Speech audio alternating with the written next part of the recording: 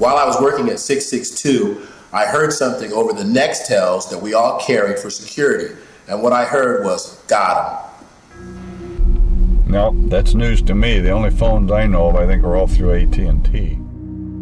These radios that we keep talking about, the Nextel telephones, two-way radios, they had pretty much just come into play, because originally all we had were the regular radios, just the radio itself, and probably closer to around the time of us coming out to Las Vegas, around the time frame of Pac being killed, I would say that those Nextel phone radios had just come into play for right-way security. There was only, it's a guess, there was probably only 4 or 5 of them.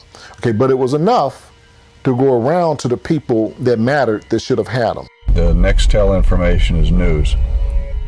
The Voice was definitely one of our security that works directly for Mr. Knight. Michael Moore, the night that Tupac was shot, after being taken off of Tupac with me, went back over to Club 662. Maybe the police should have concentrated more on death row, the Nextel phone bills, and other things that could have helped them investigate it more in depth. I would definitely look more at death row than I would look at Mr. Anderson.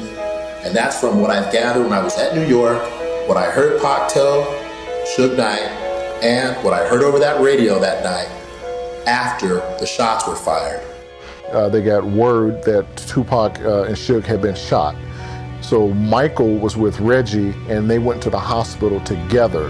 And Michael talks about hearing something over the radio.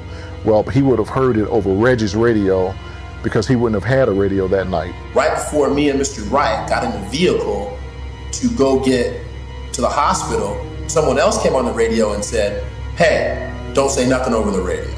That communication, however obtained, either through search warrant or otherwise, needs to be gathered, because how can you tell a conspiracy if you don't have the conspirators? And you don't have the communication between the people that are actually running the conspiracy. You've got to know a timeline of the individual who is your target. You've got to know where they're at, where they're going to be, who they're going to be surrounded by. And the second thing is, following that timeline, knowing when there is, you're going to have to plan according to that. Mr. Wright and I were talking about what had happened, and I just clearly heard somebody say, don't say that over the radio. But the person who said it was not Homeboy Security, nor was it one of our security guards. It was, to me, would be like a stranger. Someone, and the person that said that was Caucasian, definitely not African American.